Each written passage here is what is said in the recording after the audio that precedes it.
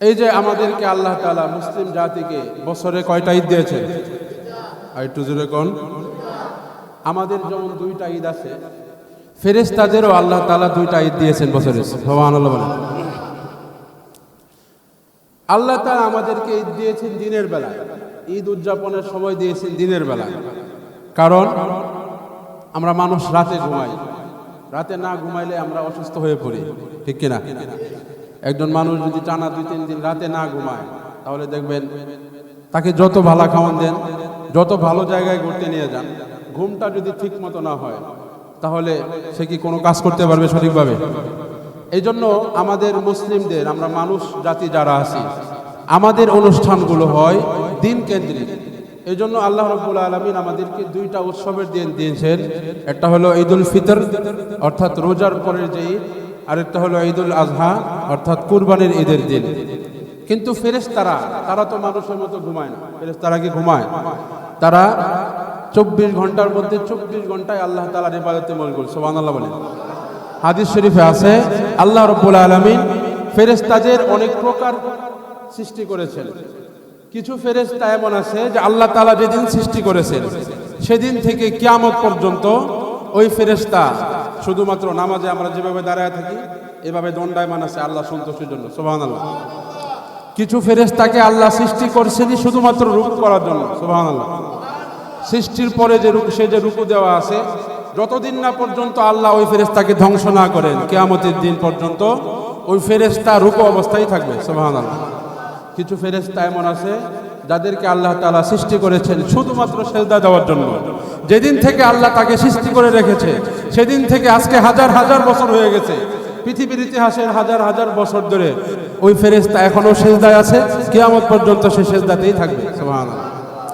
কি পরিমাণ ফেরেশতা আল্লাহ তাআলা সৃষ্টি করেছেন, এই বিষয়টা যদি আমরা জানি আশ্চর্য হয়ে যাব। সপ্তম আকাশে আল্লাহ রাব্বুল আলামিন আমাদের দুনিয়াতে যেমন আমাদের সকলের একটা কেন্দ্রবিন্দু আছে মসজিদের, যেটাকে বাইতুল্লাহ শরীফ বলি, কাবা শরীফে যে আমরা যাই হাজী সাহেবরা, এটা যেমন আমাদের সমগ্র মুসলিম বিশ্বের কিবলা, ঠিক তেমনি ভাবে ফেরেশতাদেরও সপ্তম আকাশের উপরে একটা জাতীয় মসজিদ আছে যেটার নাম হলো বাইতুল মামুর। নাম কি? সবাই কোন। এই বাইতুল মামুরের কথা শুনলে আপনারা অবাক হয়ে যাবে যে বাইতুল মামুর এমন একটা মসজিদ, যেই মসজিদে পৃথিবীর সূচনা লগ্ন থেকে প্রত্যেক দিন 70,000 ফেরেশতা ওই বাইতুল মামুর তাওয়াফ করে। সুবহানাল্লাহ। তবে আশ্চর্যের বিষয় হলো, যেই 70,000 ফেরেশতা বাইতুল মামুরে প্রথম দিন 70,000 তাওয়াফ করেছিল, কিয়ামতের ফুৎকার দেওয়া পর্যন্ত ওই 70,000 ফেরেশতা বাইতুল মামুরে দ্বিতীয়বার তাওয়াফ করার সুযোগ পাবে না। তাহলে ফেরেশতা কি পরিমাণ? পৃথিবীর কত হাজার বছর হয়ে গেছে, এত হাজার বছর ধরে প্রত্যেক দিন 70,000 ফেরেশতা তাওয়াফ করতেছে, কিন্তু তারা দ্বিতীয়বার কিয়ামতের আগ পর্যন্ত দ্বিতীয়বার আর তারা তাওয়াফের সুযোগ পাবে না। এত পরিমাণ ফেরেশতা আল্লাহ তাআলা তৈরি করে রেখেছেন। সুবহানাল্লাহ। আল্লাহ নবী একদিন সাহাবীদেরকে ওয়াজ করতেছিলেন, ওয়াজের মাঝখানে হঠাৎ করে আল্লাহ নবীর দৃষ্টিটা আকাশের দিকে পড়ল। আকাশের দিকে চোখ পড়ার সাথে সাথে আল্লাহ নবী সাল্লাল্লাহু আলাইহি সাল্লাম মুস্কি হাসলেন। আমরা তো অনেক উদাসীন থাকি, হুজুরের একটা কাজ দেখলে আমরা তো জিজ্ঞাসা করি না, কিন্তু সাহাবায়ে কেরাম অনেক তৎপর ছিলেন। তারা আল্লাহ রাসূলের প্রত্যেকটা পদক্ষেপ, প্রত্যেকটা কাজ একেবারে অক্ষর অক্ষরে ফলো করতেন। বয়ান শেষ করার পরে কিছু সাহাবী আল্লাহ রাসূলকে জিজ্ঞাসা করলো, ইয়া রাসূলুল্লাহ, আপনি আমাদেরকে ওয়াজ করার সময় দেখলাম হঠাৎ করে আপনি আকাশের দিকে তাকাইলেন, মুচকি হাসলেন, আবার আমাদেরকে ওয়াজ করা শুরু করলেন। আপনি আকাশে কি দেখলেন আমরা একটু শুনতে চাই।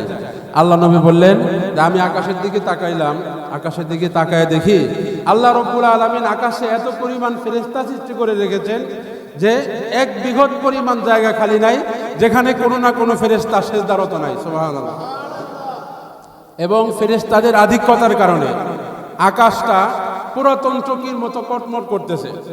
একটা পুরাতন চকি, আগের কালে বিবাহের সময়, কিছুদিন 10-15 বছর আগেও ছিল, বিবাহের সময় কনেকে যেই খাটের উপর, যেই চকির উপর বসে সাজানো হইতো, এখানে তার বান্ধবীরা উঠা, আশপাশের ভাবিরা ওঠার কারণে ওজনটা একদম বেশি হয়ে যাওয়ার কারণে চকি ভাঙ্গা পড়ে যেত, খাট ভাঙ্গা পড়ে যেত। এমন কি দেখেন নাই আপনারা? আর দেখেন নাই? এই যে পুরাতন চকি কর্মর করে যে বেশি মানুষ উঠলে ওজনটা বেশি হয়ে গেলে আল্লাহর সৃষ্টি আসমান, এই আসমানে এত বেশি ফেরেশতা আছে যে ফেরেশতাদের আধিক্যে এবং ভারের কারণে আসমানটাও এরকম কটমট করতে থাকে। সুবহানাল্লাহ। তো এতগুলো কথা কেন বললাম? যে আমরা আল্লাহ তাআলা আমাদের মানুষকে যেভাবে ঈদ দিয়েছেন, ফেরেশতাদেরকেও আল্লাহ তাআলা দুইটা ঈদ দিয়েছেন। কয়টা? সবাই বলেন। ফেরেশতাদের ঈদ দিনে না, ফেরেশতাদের ঈদ হয় রাতে। একটা হলো শবে বরাত, এটা হলো ফেরেশতাদের প্রথম ঈদ, আর 2 নম্বর ঈদ হলো শবে কদর। সুবহানাল্লাহ বলেন। তাহলে আজকের দিনে আমরা মুমিন হিসেবে আমরা যেমন খুশি, আল্লাহ তাআলা ফেরেশতা যারা তারাও খুশি, কারণ শবে বরাত, শবে কদর এগুলো ফেরেশতাদের ঈদের দিন। সুবহানাল্লাহ বলেন।